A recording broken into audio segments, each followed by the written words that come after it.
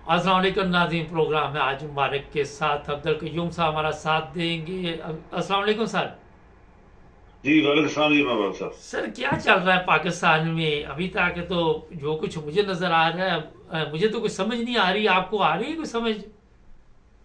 कोई समझ नहीं आ रही। आप सही कह रहे हैं। पाकिस्तान में जो कुछ हो रहा है, रात को कुछ होता है, दिन को कुछ होता है, कल क्या होने वाला है, लोग क्या बातें कर रहे हैं, आपका मीडिया जो है, सोशल मीडिया पे क्या चल रहा है, सब कुछ परेशान कौन जिसको कहते हैं कि आदमी सुन के और पढ़ के और देख के टोटली मैं यकीन करें मुबारक साहब, मैं बहुत परेशान हूँ। ये मुल्क कैसे चलता रहा 75 साल, और आज जो लोग इसके ऊपर बैठ गए हैं वो तो बिल्कुल इस मुल्क को डुबोने के पीछे लगे हुए हैं। वो डूबा हुआ तो पहले है, हमने बेशुमार दफी बातें की हैं, लेकिन जो कुछ उस मुल्क के अंदर कोई हुकूमत नहीं है, कोई एडमिनिस्ट्रेशन जो होती है किसी मुल्क की, जिसमें अदारे जो हैं वो सही तरीके से काम कर रहे होते हैं और किसी को पता लगता है कि ये मुल्क चल रहा है, वहां पे एक अदारे का सरबराह जिसका कोई काम भी नहीं है, वो उस मुल्क को चला रहा है, लोगों से पैसे मांग रहा है दूसरे मुल्कों में जाके। ये एक शर्मनाक बात है जो पाकिस्तान के अंदर हम देख रहे हैं।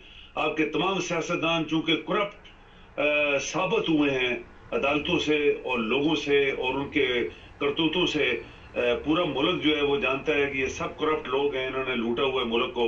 उनको इलेक्शन में डालने के लिए और हुकूमत देने के लिए जो है वो लोग कोशिश कर रहे हैं, जबकि ये दुनिया में ऐसे नहीं होता, दुनिया में होता ही नहीं है। एक दबा लग जाए किसी सियासतदान के ऊपर यूरोप में या डेवलप्ड कंट्री में, वो दोबारा इलेक्शन नहीं लड़ सकता, वो किसी गवर्नमेंट के महकमे में नहीं आ सकता। पाकिस्तान में सब कुछ हो रहा है और ये कौम के लिए मेरे ख्याल में मायूसी जो होती है, इंतहाई मायूसी की जो हद है मुबारक साहब, वो है अभी। सर ये इतला मिली कि नवाज शरीफ पेंशन पे जा रहा है, कहता है मैं सियासत से रिटायर हो रहा हूँ।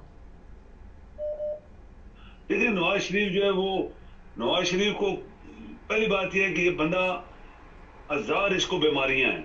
हम्म। दुनिया में कोई बीमार आदमी जो होता है इस तरह का, जिसको 100 बीमारी होती है, वो ना प्रेसिडेंट ना सदर ना किसी जगह उसको नजदीक नहीं आने देते। इसको बुलाया गया, सारे इसके करतूत इसके माफ किए गए, खरबों डॉलर इसने खाए हुए इसकी पूरी फैमिली ने, वो जो मदारी है इसका भाई है, ये सारे। तो फिर भी यहाँ पे उसको लाया गया वापस हुकूमत देने के लिए। पाकिस्तान एक इतना बड़ा मुल्क है, उसके उसके हाथ में, जिसको 3 दफा करप्शन पे निकाला गया मुबारक साहब, 3 दफा करप्शन पे निकाला गया, और वो चौथी दफा वजीर आजम बनने के ख्वाब देख रहे हैं। अभी वो बिलावल और जरदारी इसके इसके साथी या मुल्ला इसके साथी या एमक्यू वाले जो खुद दुनिया के आप कहें कि दुनिया के ऐसे लोग जो क्रिमिनल्स हैं, वो इसके साथ मिले हुए हैं। तो मुल्क की बात हो रही है मुबारक साहब, मुल्क आपका नहीं चल रहा। हम्म। अच्छा सर, एक बड़ा अहम सवाल है, ये क्या ड्रामा चल रहा है कि ये अदालत में ट्रायल होगा, जेल में होगा? आज तक हमें यही नहीं पता चल रहा। क्योंकि आपकी अदालतें आजाद नहीं है। आपकी अदालतें अगर आजाद होती तो बड़ी पावर आइन ने उनको दी हुई है। चूंकि ये लोग अंदर से खोखले हैं, तो इसीलिए ये सब कुछ हो रहा है। सुप्रीम कोर्ट भी है, हाई कोर्ट भी है। हाई कोर्ट का एक जज जो है वो गलत फैसले देता जा रहा है, चीफ जस्टिस हाई कोर्ट का, और दूसरे जो जज हैं वो उसके उसके अपोजिट फैसले देते हैं। फिर हाई कोर्ट वाला chief justice null and void करता है। चीफ जस्टिस सुप्रीम कोर्ट क्या कर रहा है, पूरी सुप्रीम कोर्ट के अंदर 16 जजेस बैठे हैं, वो क्या कर रहे हैं? अगर ये दयानतदारी से इंसाफ देते पाकिस्तान के लोगों को या अदारों को या जमहूरियत को इंसाफ देते, तो मुल्क बहुत अच्छे तरीके से चल रहा होता। लेकिन आज जो कुछ हो रहा है, एक डिसीजन होता है, पुलिस अपने फैसले दे रही है, नैब वाले अपने फैसले दे रहे हैं, FIA वाले अपने फैसले दे रहे हैं। तो ये एक डिसऑर्डर है एक मुल्क के अंदर, जिससे साफ जाहिर होता है कि ये मुल्क जो है, इसका कोई भी अदारा जो है एक दूसरे के साथ या आइन के ऊपर नहीं चल रहे। सर ये बताइए कि एक तरफ तो मुल्क नहीं चल रहा, दूसरी तरफ ये अभी तक हालात पैदा किए जा रहे हैं कि इमरान खान को पार्टी की लीडरशिप से अलहदा कर दिया जाए, नाअहल करार दे दिया जाए। इसमें एक बड़ा अहम सवाल है। दूसरी तरफ कहा जाए जी पार्टी इलेक्शन 20 दिन में कराए जाए, सारे बंदे उनको तितर बितर करा दिया, पकड़ लिए, मारा, जेलों में डाला हुआ, कौन कराए इलेक्शन? ये तो साफ जाहिर है, देखे ना, अभी साफ साफ लिखा हुआ है ना सामने ये, कि क्या क्या इसके साथ हुआ। इसने तोशा खाना में एक घड़ी ली थी ना, पाकिस्तान के लोग, ये जो सियासतदान है, ये बड़े बड़े डाकू जो है पाकिस्तान को खा गए, किसी ने नहीं पूछा। अभी एक घड़ी के पीछे लगे रहे, फिर उसकी बीवी के निकाह के पीछे लग गए, फिर कभी कोई पकड़ लेते दुम 9/11 वाला पकड़, वो क्या कहते हैं 9th वे वाला पकड़ लेते हैं, कभी कुछ पकड़ लेते हैं। तो ये साफ जाहिर है कि एक आदमी को न आने देने के लिए सब कुछ किया जा रहा है और वो गलत किया जा रहा है। ये भी आपके वकील फाइट कर रहे हैं, रोज कोई ना कोई वो मुकदमा जीत के आते हैं, फिर नया मुकदमा शुरू कर देते हैं, वो उसके पीछे लग जाते हैं। ये जो टेम्परेरी गवर्नमेंट, आप देखें पहले मुबारक साहब, देखें कि आइन में एक आइन बना हुआ है, आइन के ऊपर देख के इमरान ने 2 असेंबलियां डिसॉल्व की थी, या पहले भी की थी, कि 90 दिन के अंदर इलेक्शन नहीं हुए। चीफ जस्टिस ने फैसला दिया, उसको नहीं माना गया, सब अदारों ने उसको ना किया। इलेक्शन कमिश्नर प्रेसिडेंट 2 दफा बुलाता है, उसके पास नहीं जाता, उसको लिफ्ट नहीं देता, कहता मैं तुम्हारी बात नहीं मानता हूं। तो फिर मुल्क में कौन सा निजाम है, कौन सा आइन है, कौन सा कानून है? चीफ जस्टिस अभी जो बैठा है, अगर ये सुप्रीम कोर्ट एक्टिव होती और ध्यानदारी से आइन के ऊपर अमल करती, तो तमाम वो आइन या कानून जो बने असेंबली, जैली असेंबली में बनाए गए थे, उनको सबको खत्म कर देते जस्ट इन मिनट्स। वो नहीं कर पाए, क्योंकि ये भी उनके रिश्तेदार हैं। आप इनकी रिश्तेदारियां ढूंढे ना किसी दिन, तो आप जरा एक प्रोग्राम करें, इनकी रिश्तेदारियां किधर किधर है। वो सब रिश्तेदारियों की वजह से आपका मुल्क, आपका आइन नहीं चल रहा। Sir, chief of army staff जो भी आता है उसकी ड्यूटी लगी पैसे मांगने जाए, उसके आइन में कहीं पे लिखा हुआ कि वो जाएगा, काकड़ क्यों नहीं गया पैसे मांगने? इधर अभी मैं आपको बताऊं, चीफ ऑफ आर्मी स्टाफ सारी दुनिया के आप कंपेयर कर लें, चलो हम लोग अपने बॉर्डर्स के नजदीक 5-6 मुल्क जो उनका कंपेयर कर लें, किसी चीफ ऑफ आर्मी स्टाफ का नाम नहीं मुझे पता, मैं देनदारी से आपको बता रहा हूं, किसी का भी, ना इंडिया का, ना ईरान का, ना चाइना का, ना बांग्लादेश का, ना श्रीलंका का, या कोई ये ईरान का, किसी, ये पाकिस्तान का क्या मुल्क है फिर कि एक चीफ ऑफ आर्मी स्टाफ सब कुछ उसका नाम करता धरता हो रहा है, वो सब कुछ कर रहे हैं और वजीर आजम उसके पीछे है, वो अदारे उसके पीछे चल रहे हैं। तो नालायक तरीन कौम के अंदर जब लोग पैदा हो जाते हैं, जब कौम के अंदर नालायक तरीन लोग पैदा हो जाते हैं मुबारक साहब, तो उसका ही असर होता है फिर।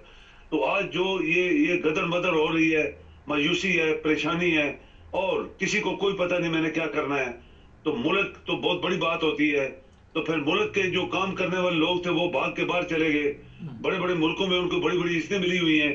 अगर ये काबिल लोगों को अपने मुल्क के अंदर इस्तेमाल करते जैसे सारी दुनिया करती है, तो पाकिस्तान को ये आज जो हमारा मुंह काला है पूरी दुनिया में, यकीन करें पाकिस्तान का नाम लेके लोग सुन के परेशान होते हैं, ये किस मुल्क का रहने वाला है, ये मैं आपको ध्यानदारी से बता रहा हूँ। चाहे वो बैंक्स हैं, चाहे कोई और चीज है, वो पाकिस्तान का नाम सुनते हैं तो कहते हैं ये फ्रॉड करेगा आदमी, ये कोई और चक्करबाजी करेगा, चूंकि ये पाकिस्तान का है। तो ये सब किसने करवाया?